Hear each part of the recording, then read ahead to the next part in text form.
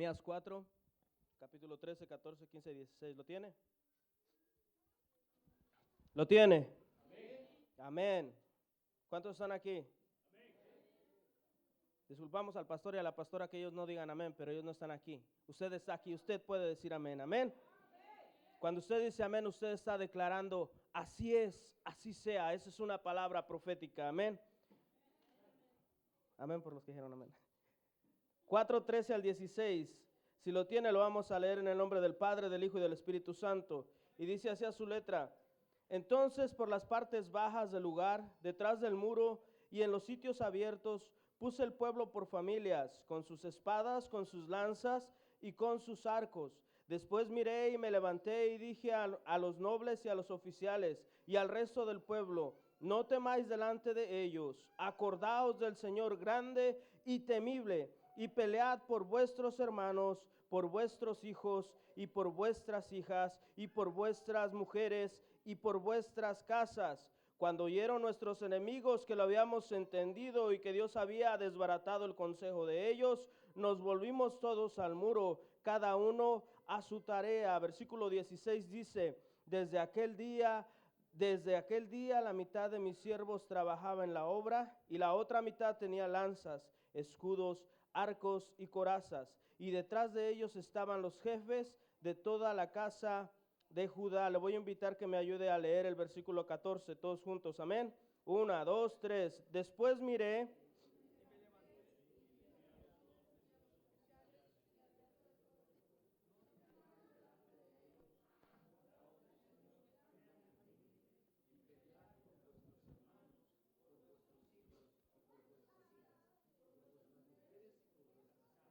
Vamos a orar, cierre sus ojos en esta tarde. Padre, nos acercamos delante de usted en esta hora, Señor. Venimos delante de su presencia buscando que sea usted el que obre, el que se glorifique, Padre. Yo he dado lo mejor de mi adoración, Señor. Yo he entregado lo mejor de mí en esta tarde, Señor. Y sé que los hermanos que nos acompañan, que han venido, Señor, que han recorrido un gran camino, Señor, cada uno ha dado conforme ha propuesto en su corazón. Ahora queremos recibir algo de ti, Señor. Queremos recibir tu palabra. Queremos recibir, Señor, tu presencia, tu Espíritu Santo, Señor, en esta tarde. Tu palabra es poder, Señor. Te dice tu palabra que no nos avergoncemos de ella, porque es poder de Dios. Y en esta tarde yo declaro ese poder en este lugar. Yo declaro, Señor, que tu palabra es viva y eficaz, Señor, que da vida, Señor, y edifica nuestra vida en esta tarde, Padre. Ahora declaramos una bendición sobre la vida del pastor, sobre la vida de la hermana pastora, Señor. Declaramos la bendición grande, una bendición que sobreabunda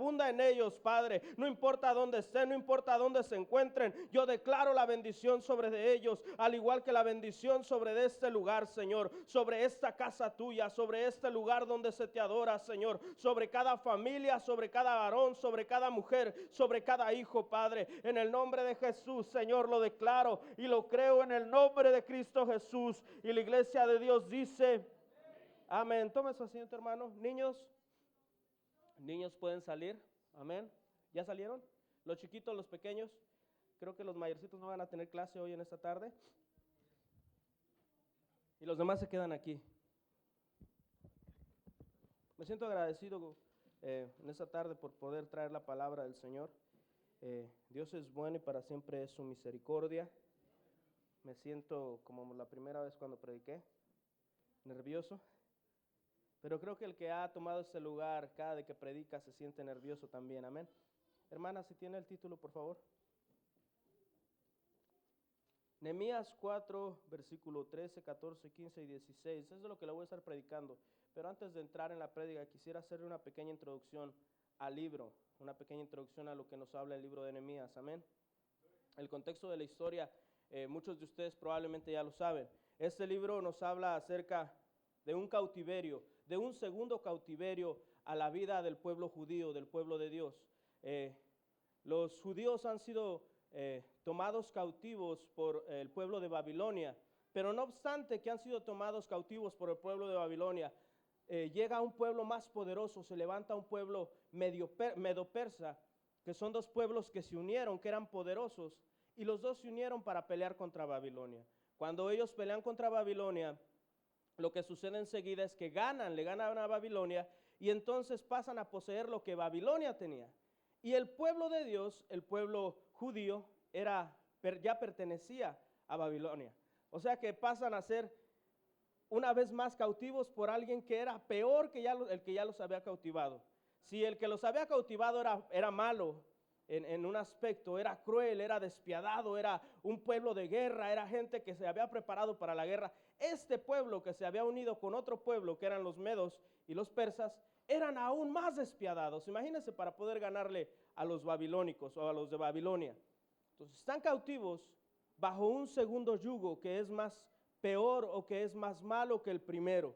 Y lo que sucede enseguida, estamos viendo que es un pueblo más poderoso, con reyes más despiadados, es un pueblo que ahora pone bajo su yugo al pueblo de Dios, al pueblo de Judá. Y el pueblo de Dios, cuando usted empieza a leer el capítulo de Nehemías, cuando Nehemías pregunta, Nehemías, por si usted no lo sabía, Nehemías significa Jehová consuela, el nombre de Nehemías significa eso. Es decir que Nehemías, cada vez que escuchaba su nombre, escuchaba algo así como Jehová consuela. Cuando le decían Nehemías, le estaban diciendo, es que Jehová consuela. Nos estaban dando una muy interesante clase acerca de los nombres, que podemos ver en la Biblia. Y cada nombre tiene un significado importante, un significado con propósito. Y el nombre de Nehemías era Jehová consuela. Es decir, que está hablando, cada vez que le decía Nehemías, él escuchaba, Dios te va a consolar. La gente que estaba a su alrededor escuchaban, Dios es el consolador, Dios es el que te puede dar paz, Dios es el que te puede dar ánimo, Dios es el que puede hacer algo por ti. Pero cuando estamos leyendo el libro de Nehemías, se separa en tres partes bien importantes. La primera parte es cuando Nehemías escucha la realidad de lo que está pasando su pueblo. Esdras, si usted ha leído, Esdras fue primero al pueblo y regresó, hizo un conteo de los daños, hizo un récord de qué es lo que había pasado el pueblo, cómo estaban los muros, cómo estaban las puertas, cómo estaba el santuario, cómo estaba aquel lugar. Y lo que trae son noticias malas. Y cuando Nehemías escucha estas noticias, el pueblo, la gente que fueron con Esdras le dicen, es que la gente está mal, se han escondido en las provincias, ya nadie vive en la ciudad, todos están escondidos, tienen miedo. Y cuando Nehemías escucha esto, sucede algo, que Nehemías, aunque es el copero del rey, Nehemías funcionaba como el copero del rey, alguien que tenía confianza con el rey. Él se da cuenta de que lo que le dicen, una de las cosas que le dicen los que venían del pueblo de Judá, le dicen, los muros han sido derribados. Y cuando vemos el contexto de un muro, de una edificación, una pared, que para usted y para nosotros es una pared solamente, para el pueblo de Judá, esos muros eran su resguardo. Esos muros eran los que los protegían del enemigo. Esos muros eran los que los separaban de perder o ganar. Y cuando llegan con Nehemías y le entregan esta noticia y le dicen, los muros han sido derribados. Las puertas no solamente han sido derrumbadas o tiradas, sino que han sido quemadas. En otra palabra, lo que les están diciendo es, ya no tenemos esperanza. Ya no hay nada que podamos hacer, Nehemías. La ciudad se ha acabado. La casa de Dios está destruida. Los muros han sido destruidos, derribados. Las puertas han sido tiradas y han sido quemadas. Eso es básicamente lo que les está diciendo el pueblo. No obstante, con eso se encuentra con un remanente que se ha quedado en aquel lugar, se han ido a las provincias, se han alejado, y es un pueblo que tiene miedo, un pueblo temeroso. Y cuando usted tiene miedo, es fácil que alguien venga y le ponga el pie sobre la cabeza. Y no importa que usted tenga el mejor lugar en la iglesia, no importa que usted tenga el mejor lugar en su casa, que sea el hijo mayor, el hijo menor, si usted tiene miedo, va a haber gente o van a haber cosas que siempre lo van a poder dominar. Sin embargo, cuando estamos hablando de la baja autoestima o la baja estima de esta gente, de este remanente, hay alguien que se levanta, y ese es un hombre que se llama Nehemías. Amén. Quiero en esta tarde predicarle bajo el tema, pelea por tu familia. Amén. Le hablaba acerca de que cuando los judíos ponen o escogen un nombre, lo escogen con un propósito. Si usted se va y empieza a leer los nombres de los profetas menores y mayores, todos tenían un significado con propósito. Todos tenían un significado que quería decir algo que Dios quería hacer en su pueblo a través de ellos. Cuando leemos el nombre de Nehemías, Nehemías está significando Jehová es tu consolador, Jehová consuela. Quiero hablar en esta tarde de 3 cosas principales en la vida de un hombre y una mujer que son líderes en su casa. Le estoy hablando a gente que probablemente está en este lugar y no está su esposo o no está su esposa. Gente que probablemente es el único cristiano, la única cristiana en su hogar. También a aquellos que tienen a su pareja en este lugar. Estoy hablándole de que Dios tiene un propósito con cada uno de nosotros y no importa cuál sea tu situación en este momento, no importa cuál sea tu circunstancia en esta tarde, no importa en qué lugar tú estás parado dentro de la iglesia, no importa si eres el que limpia los baños, si el que barre, si el que trapea, no importa si eres el que cocina, el que predica o el que toca. Dios tiene un propósito con tu vida y ese propósito se va a llevar a cabo si tú lo quieres hacer. Amén. El salmista lo pone de esta forma y dice, Jehová cumplirá su propósito en mí. ¿Cuántos pueden decir eso en esta tarde? Pues dígalo, Jehová cumplirá su propósito en mí. Amén. Amén. Un hombre con propósito. El problema es cuando usted no tiene claro cuál es el propósito de Dios. El problema es cuando usted no tiene la identidad que Dios ha puesto en usted. El problema es cuando no hemos tenido un encuentro con la realidad. Amén. Estas 3 cosas le habían sucedido a Nehemías. Nehemías era un hombre como muchos de nosotros que llegó joven a este país. Él había llegado joven a aquel país. Había sido subyugado por los babilonios y después por los persas. Y era el copero del rey que estaba en ese momento, que tenía el poder en ese momento.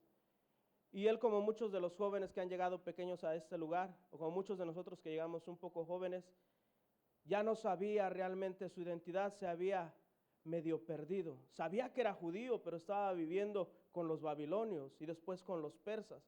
Sabía que tenía costumbres, conocía del Dios que tenía, pero el lugar donde estaban adoraban a otros dioses. Sabía que su familia adoraba a un Dios verdadero, pero sus amigos, el medio donde él se movía, el lugar donde él trabajaba, adoraban a otros dioses, tenían otras religiones, adoraban a otras diosas. Él no tenía en claro el propósito que Dios lo había traído. ¿Por qué el propósito de su nombre? ¿Por qué el propósito del lugar donde él estaba? Él no tenía una identidad bien definida. Pero cuando se encontró o cuando tuvo un encuentro con la realidad, fue cuando todo empezó a cambiar. Fue cuando supo el propósito por el cual Dios lo tenía en el lugar donde él estaba. Amén. Nehemías está como copero del rey. Déjeme, le voy a parafrasear la historia. Dice que pasó desde que Nehemías se enteró cómo estaba su pueblo, desde que Nehemías topó con la realidad. Y dice que entonces entró en un gran lloro, porque le dijeron la condición de su ciudad, la condición del pueblo de Dios, la condición del pueblo escogido por Dios. Y Nehemías entró en un lloro, en un quejo, en un clamor. Y dice la Biblia que empezó a orar 4 meses antes de presentarse delante del rey con su petición. Cuando Nehemías se encuentra con su realidad, él se da cuenta que tiene que hacer algo algo que Dios lo ha mandado a hacer, o algo por lo cual Dios lo ha puesto en ese lugar. Cuando usted se encuentra con su realidad, usted puede entender el propósito de Dios en usted. Y no importa cuál sea en este momento su situación, no importa cuál sea tu conocimiento, no importa si estás un poquito aquí, un poquito allá. Si tú entiendes, si tú tienes un encuentro con la realidad, Dios se puede glorificar en ti. Dios puede darte el propósito por el cual estás en este país, el propósito por el cual estás en esta iglesia, el propósito por el cual estás en esta tarde escuchando esta prédica. Amén. Un hombre o una mujer con propósito tiene que tener claro el propósito de su llamado. Un hombre o una mujer con propósito tiene que tener una identidad clara. Usted tiene que tener una identidad clara. El pastor que nos estaba predicando el jueves nos estaba haciendo una exhortación a la identidad. Muchos de nosotros estamos aquí y no sabemos que somos real sacerdocio, que hemos sido pueblo escogido por Dios, que somos nación santa. Muchos de nosotros no lo entendemos así, porque en la primera dificultad que tenemos, en el primer problema que tenemos, nos hacemos para atrás. Necesitamos echarnos para atrás, y no para tomar impulso. Nos retractamos, cambiamos nuestro sí por un no cuando vemos que el problema, que la dificultad está en nosotros. Todavía no entro al tema, pelea por tu familia, no se le olvide que es ese. Tenemos que tener claro el propósito, tenemos que tener clara la identidad, tenemos que tener un encuentro con la realidad, un encuentro con la verdad, y la verdad es Jesucristo. Tú necesitas un encuentro con Jesucristo, yo necesito un encuentro con Jesucristo, los jóvenes necesitan un encuentro con Jesucristo, porque cuando nos encontramos con Jesucristo es cuando vamos a poder tener una identidad clara, es cuando vamos a poder tener un propósito claro en nuestra vida. Si no nos hemos encontrado hoy en esta tarde, yo te invito a que busques encontrarte con Jesús. Encuéntrate con Jesús, porque cuando Él llega a tu vida, algo sucede, algo cambia. Tú ya no puedes seguir siendo el mismo, tú ya no puedes seguir caminando de la misma forma, tú ya no puedes seguir pensando de la misma forma, tú ya no puedes seguir actuando de la misma forma, porque Dios tiene un propósito en tu vida. Y cuando te encuentras con Jesucristo, entonces puedes ser una mujer con propósito o un hombre con propósito. La segunda cosa, un hombre valiente. El pastor me llamaba la atención porque el pastor del jueves nos hablaba de Sansón. Y mientras yo estaba desarrollando lo que le iba a predicar, se me venía a la mente Sansón mucho del tiempo. Y el jueves que lo escuché, dije, wow, ¿cómo es Dios, no, que acomoda todas las cosas? El pastor que nos estaba predicando el jueves nos hablaba de sacar miel de un cadáver y nos extendía una prédica, nos lo ponía de una forma que más claro no podía ser. Amén. Que la palabra de Dios es así, la palabra de Dios es clara. Un hombre valiente es lo que necesita esta iglesia, una mujer valiente es lo que necesita esta iglesia. Hemos cantado el canto Dios de esta ciudad y no lo creemos, porque no somos valientes para salir a la ciudad. Nos venimos, a mí se me hace curioso que salimos de Columbus y entramos a Grove City. Y yo pienso que Dios lo hizo con un propósito. No fue como que, ok, ya se les acabó el tiempo ahí en esa iglesia, ahora tienen que buscar otra. No, Dios nos trajo aquí a Grove City con un propósito.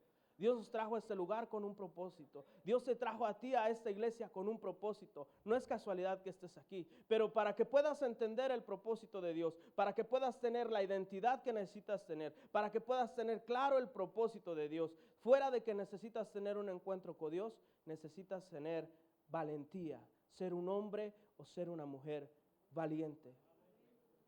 Le quiero preguntar algo, le voy a hacer una pregunta. ¿Sansón era un hombre valiente? ¿Alguien que levante su mano y me responda? Levante su mano, no estamos discutiendo. Alguien que levante su mano, un valiente que levante su mano y me diga si Sansón era valiente o no era valiente. ¿Era valiente? Sí, de cierta forma era valiente. Le voy a explicar por qué. ¿Por qué yo lo veo de esta forma? Porque Sansón sabía la fuerza que él tenía en sí. Y él era valiente en lo que sabía hacer. Sansón sabía que tenía una fuerza descomunal y él era valiente para pelear. Él era valiente para pelear con ejércitos de 1000, de 500, de 200, de 300. Con una quijada los mataba, los deshacía. Sansón era valiente en lo que podía hacer. Pero ¿saben qué no era valiente? No era valiente con las mujeres, porque no les sabía decir no a las mujeres. Era valiente en su capacidad, en lo que a él se le había dicho, en lo que a él se le había enseñado. Era valiente para la guerra, era un hombre valiente para enfrentarse a otras naciones, era un hombre valiente para enfrentar a los filisteos, pero cuando se enfrentaba con las mujeres, caía, dejaba de ser valiente, porque él sabía, él conocía que él no tenía que juntarse con un yugo desigual. Dios le había dado un pueblo entero para que él escogiera a la mujer y él se había ido con los filisteos porque las mujeres de los filisteos eran más bonitas. Y no era valiente para enfrentarse en algo que no era su fuerte. Ahora, cuando miro a Sansón y veo que Sansón no era valiente en algo que no podía, sino que era valiente en todo lo que podía, me doy cuenta la diferencia entre Sansón y David. ¿David era un hombre valiente? ¿Sí o no? David era un hombre valiente, porque era un jovencito, 16, 18 años, y llegó un día y dice la Biblia que estaba el pueblo, de un lado los filisteos, de otro lado estaba el pueblo de Judá, y salía este hombre, gigante Goliat, y se ponía en medio y les empezaba a gritar y les empezaba a decir: peleemos, tráiganme a alguien que pelee conmigo, y si yo gano, ustedes serán nuestros esclavos, si nosotros ganamos, o nosotros seremos sus esclavos. Y 40 días pasaron así hasta que llegó David, un hombre que era un cuidador de ovejas, un pastor de ovejas, que lo único que sabía hacer era acariciar las ovejas. Un hombre que lo único que sabía hacer era que cuando las ovejas tenían que tener sus parir, él las tenía que atender con amor. Un hombre, un joven que lo único que hacía era caminar tras las ovejas y llevarlas de un lado a otro, buscar los mejores pastos, buscar las mejores aguas, los mejores lugares. Y un día se encuentra delante de Goliat y se levanta en un acto de valentía, en algo que él no podía hacer, en algo que aparentemente él no podía enfrentar. Esa es la valentía que necesitamos hoy en la iglesia. Esa es la valentía la cual Nehemías tuvo. Él era el copero del rey. Lo único que él hacía era poner su manita, que le sirvieran la copa, caminar hacia donde el rey iba, darle la copa al rey. Eso era todo lo que él sabía hacer. Él no era de linaje sacerdotal, pero conocía la ley de Dios. Él no era un sacerdote, no era un hijo de un rey, pero era un hombre que era valiente y se levantó a clamar por una nación. Se levantó a reclamar la liberación de su nación. Era un hombre que se levantó 4 meses a orar para que Dios respondiera el clamor de una nación que había sido destruida. Usted y yo necesitamos ser valientes en cosas que no son las nuestras o que no somos tan buenos en ellas, en nuestras capacidades. Usted y yo necesitamos ser valientes. Ok, yo puedo limpiar y lo hago bien, soy el mejor limpiando, nadie me gana a limpiar. Pero tal vez Dios está haciéndote un llamado a algo más. Y tú dices: no, Señor, pero si yo soy bueno aquí, déjame aquí, yo no quiero, Señor. Yo no quiero tocar porque no sé tocar, yo no quiero barrer porque no sé barrer, yo lo mío es limpiar los baños tal vez. Por decirle algo, hay ciertas cosas en las cuales usted y yo tenemos que actuar con valentía. Y esas cosas han llegado a tu vida, han llegado a tu casa, han llegado a tu hogar. Y día con día te están llamando la atención y te están diciendo: Dios tiene algo mejor para ti. Dios quiere hacer algo mejor de tu ministerio. Dios quiere hacer algo mejor de tu casa, de tu hogar. Necesitas levantarte, necesitas activarte, necesitas empezar, como decimos los mexicanos, a ponerte las pilas. Porque cuando te las pongas, vas a poder entender que cuando tú pones o eres un hombre o una mujer valiente, no en tus capacidades, no en tus fuerzas, sino en el deseo y en la necesidad que está a tu alrededor.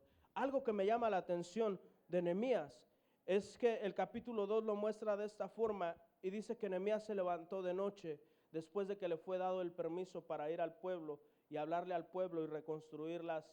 Después de que estuvo 4 meses orando, se presentó delante del rey. El rey le dio permiso. Él fue y empezó a recorrer la tierra. Y dice que se levantó de noche y empezó a observar a su alrededor. Y miró los muros derribados, miró las puertas caídas y quemadas, miró la ciudad que estaba destruida. E hizo un llamado a los hombres, a los varones que estaban ahí. Y dice la Biblia que estos hombres dijeron: levantémonos y reconstruyamos nuestra ciudad. Un hombre sin capacidades, un hombre sin fuerzas, pero que tenía un deseo por hacer que la necesidad de ese pueblo se fuera. Un hombre valiente no mira sus capacidades, mira la necesidad de la gente que está a su alrededor. Muchos de nosotros hemos sido llamados a mirar la necesidad de nuestra familia por la salvación, pero por miedo no les hemos hablado. Por una o por otra cosa no les hemos hablado. Por una o por otra cosa nuestra familia se está perdiendo. Y Judas dice en los últimos versículos, dice que a algunos hay que convencerlos. 27, 28 dice: a algunos convéncelos y a otros arráncalos del fuego. Y a otros de otros ten misericordia, pero no te contamines ni siquiera con su ropa. Eso es lo que dice Judas. Y nosotros hemos dejado que nuestra familia siga haciendo lo que a Dios no le agrada. Por no hablarles, por no decirles, por no molestarles, por no molestar su familia o su casa. Un hombre valiente tiene que entender que no es en base a sus capacidades, no es en base a sus fuerzas, no es sino en el deseo por la necesidad, por ver lo que hay la necesidad en su casa o a su alrededor. Pero un hombre con propósito y un hombre valiente de nada sirven sentados en su casa o sentados aquí. Usted necesita ser un hombre y una mujer que actúe. Porque David pudo haber sido el hombre más valiente, Sansón pudo haber sido el hombre más valiente, Moisés pudo haber sido el hombre más valiente, pero si no hubieran actuado, nada en su vida hubiera cambiado, nada en su pueblo hubiera cambiado. Un hombre que actúa, un hombre y una mujer que actúa es lo que necesitamos estos días. Un hombre que actúa es capaz de tomar decisiones y decisiones difíciles, decisiones fuertes. Amén. ¿Y cuándo va a predicar de lo de pelear por tu familia? Ya voy a predicar de eso.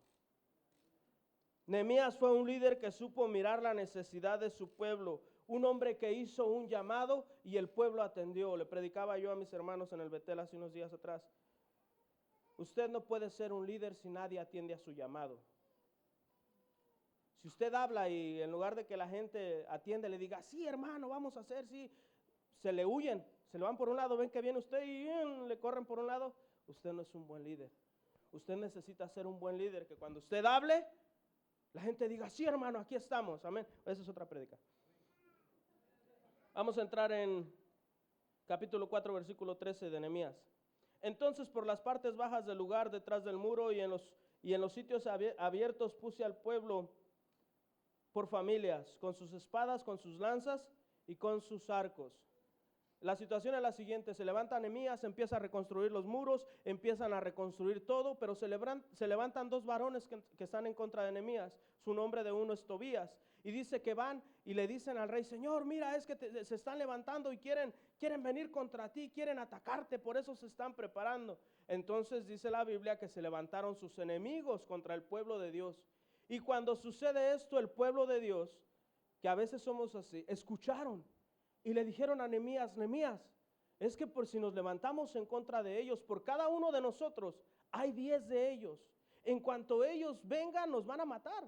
Son muchos, son demasiados, no vamos a poder con ellos. Lo que sucede en el versículo 13, dice la Biblia, entonces por las partes bajas del lugar, detrás del muro y en los sitios abiertos, puse al pueblo por familias, con sus espadas, con sus lanzas y con sus arcos. Versículo 14. Después miré y me levanté y dije a los nobles y a los oficiales y al resto del pueblo, no temáis delante de ellos, acordaos del Señor grande y temible.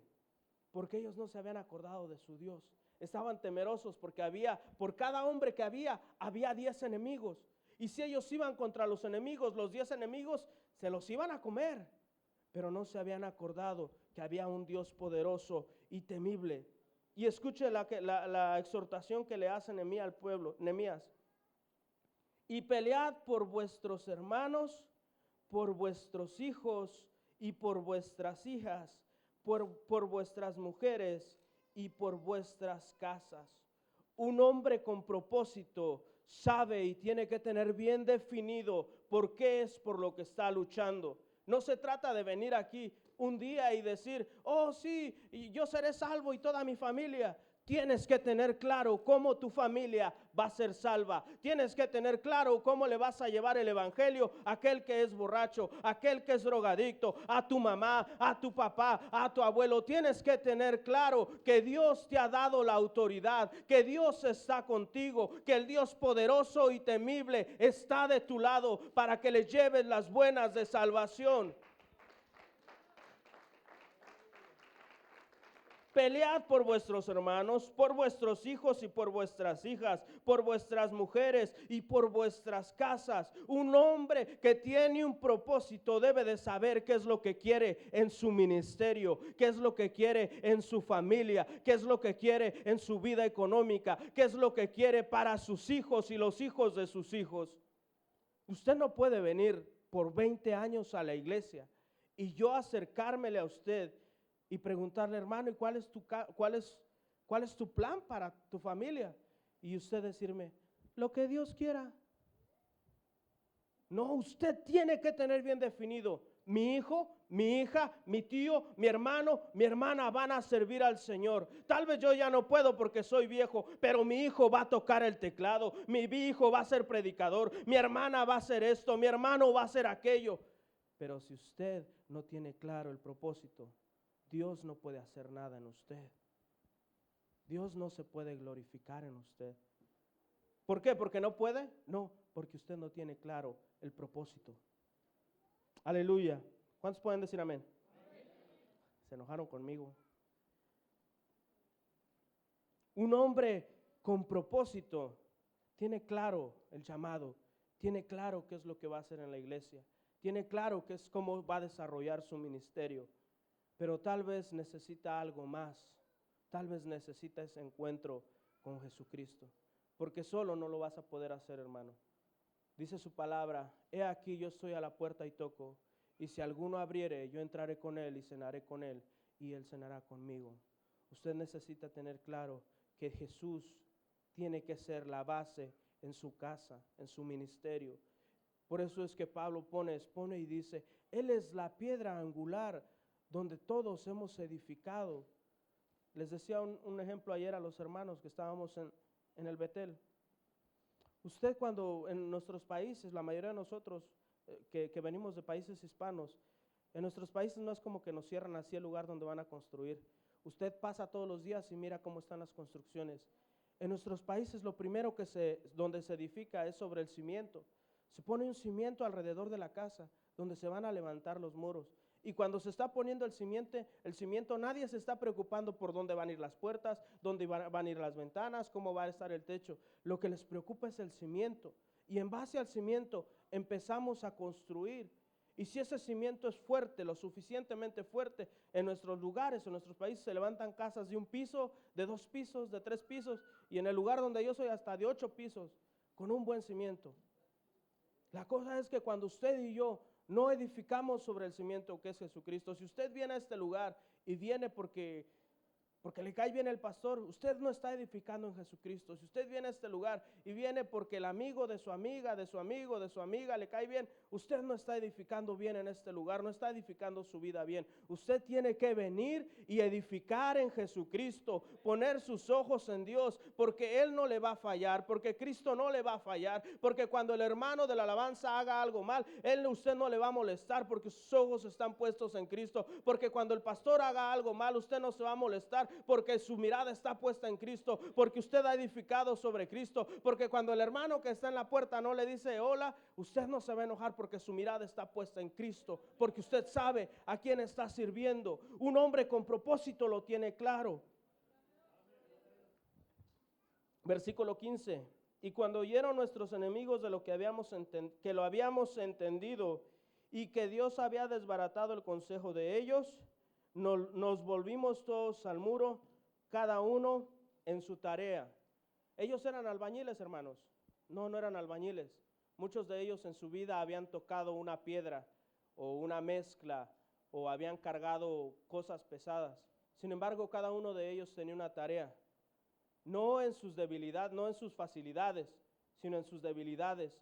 No en las capacidades que tenían. Y lo siguiente que dice el versículo diciendo, es que en un momento cuando Nehemías habló la palabra y les dijo, acuérdense que el Dios grande y temible está con nosotros, el pueblo reaccionó. Se les prendió el foco, como decimos. Se dieron cuenta y dijeron, es verdad, Dios está con nosotros, Dios está de nuestro lado.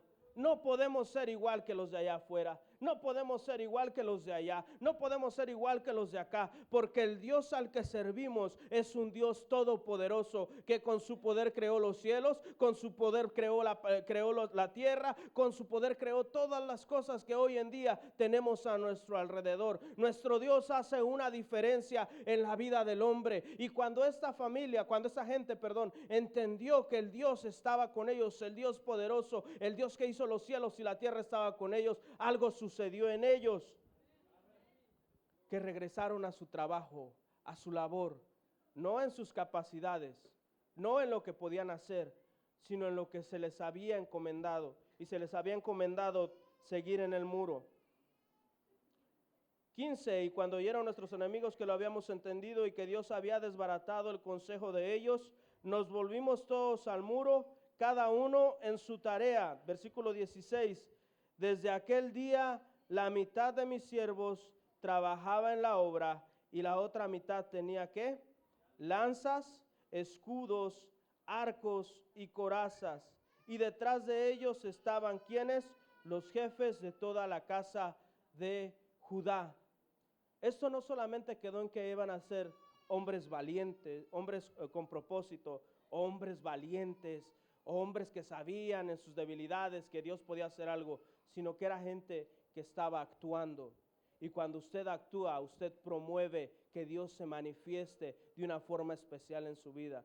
Cuando usted actúa, cuando usted se mueve en fe, cuando usted hace algo para que Dios se glorifica y promueve un cambio en su vida, promueve un cambio en su casa, promueve un cambio en su familia, promueve un cambio en su trabajo. ¿Por qué? Porque Dios, a Él le agrada hacer así. Dice la palabra de Dios que cuando Josué estaba del otro lado del Jordán, le dijo: Josué, esfuérzate y sé valiente, no temas ni desmayes, porque yo voy a estar contigo, así como estuve con Moisés, así estaré contigo. Eso es lo que dice la palabra de Dios. Y la primera encomienda que tiene Josué es pasar a la gente, al pueblo de Dios, al otro lado del río. Y lo que le dice Dios a Josué: vas a tomar el arca del pacto, vas a tomar a los sacerdotes y van a empezar a caminar hacia donde está el río, directo, no le van a dar vuelta, no van a buscar el lugar más fácil para pasar, van a caminar directo. Y cuando los siervos de Dios, cuando los sacerdotes de Dios pongan su pie en el agua, donde está el agua, eso se va a abrir, eso se va a hacer a un lado, esa agua se va a cortar. Ni siquiera como con Moisés.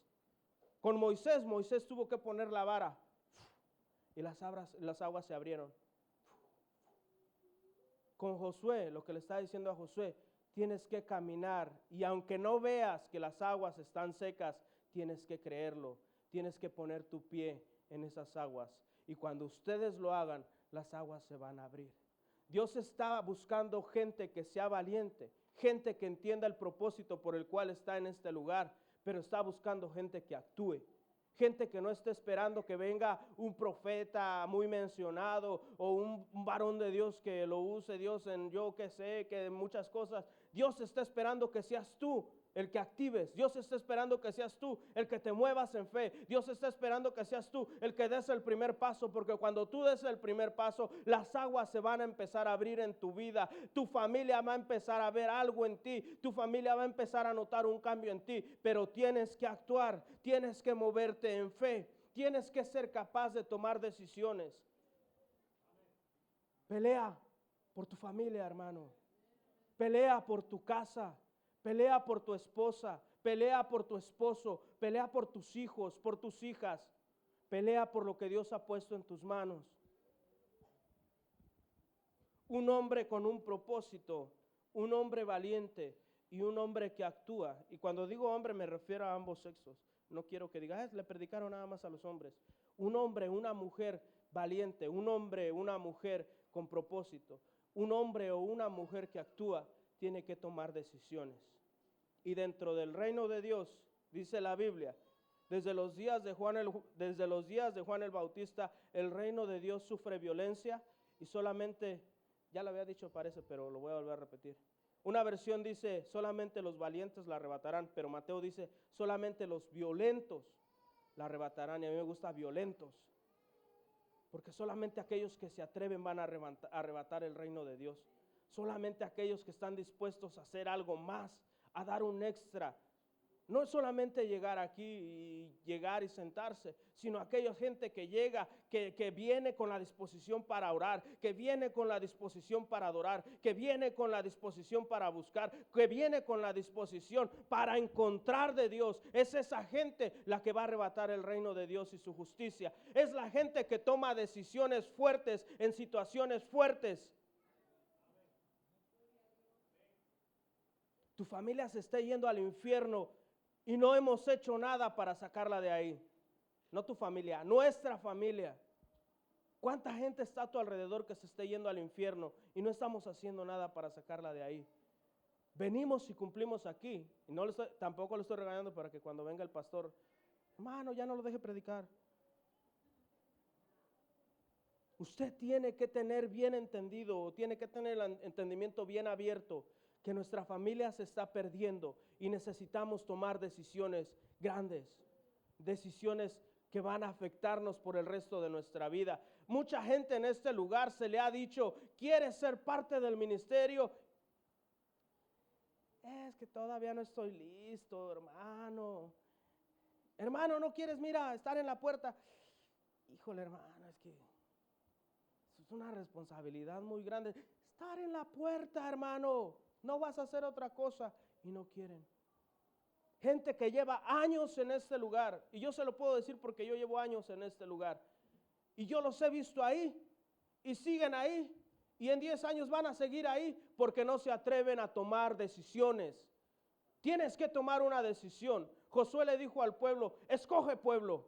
¿Vas a servir a los dioses que sirvieron tus padres allá del otro lado del río? ¿O vas a servir al Dios poderoso, al Dios grande, al Dios fuerte? Porque yo y mi casa serviremos a Jehová. Eso es lo que dijo Josué. ¿Qué es lo que tú puedes decir en esta tarde? No sirve de nada que seas un hombre que tiene claro su propósito o que tiene claro que es valiente. Necesitas ser un hombre que actúa, una mujer que actúa, un hombre que se pone en la brecha, una mujer que se pone en la brecha, un hombre y una mujer que toma decisiones fuertes. Estamos en un tiempo difícil, los tiempos son difíciles, hermano. La gente se está muriendo allá afuera. Por no hablar de nuestra familia, se está muriendo allá afuera. Sales al cine, quieres ir al cine y no sabes si te van a salir con una pistola y te van a matar. No sabes si en medio del freeway algún loco va a salir y te va a dar un cerrón y te vas a estrellar. No sabes si en el trabajo va a entrar alguien que corrieron hace una semana con una pistola y te va a matar.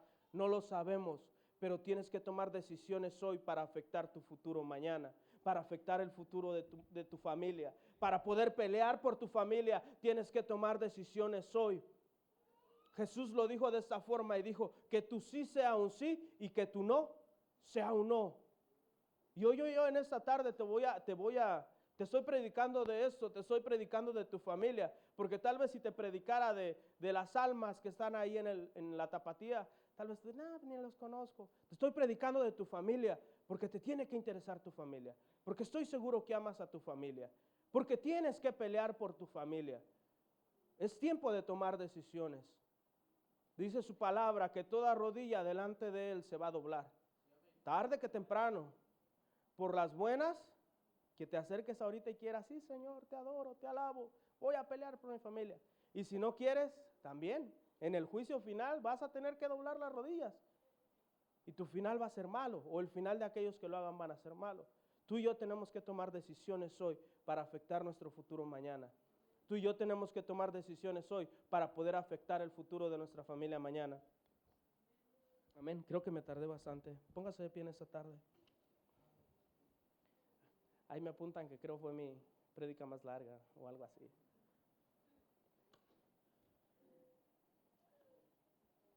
Dios es bueno, amén.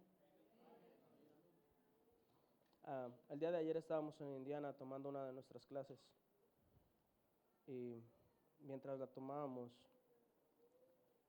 el pastor, el obispo, Noel, nos daba una lectura. ¿Te acuerdas qué lectura era, hermano? ¿Salmo qué? ¿18, 24? ¿24? 84. Mientras usted está de pie, ¿por qué no cierra sus ojos en esta tarde? Dice el Salmo 84. Pues cierre sus ojos, mediten lo que le voy a leer. Cuán amables son tus moradas, oh Jehová de los ejércitos.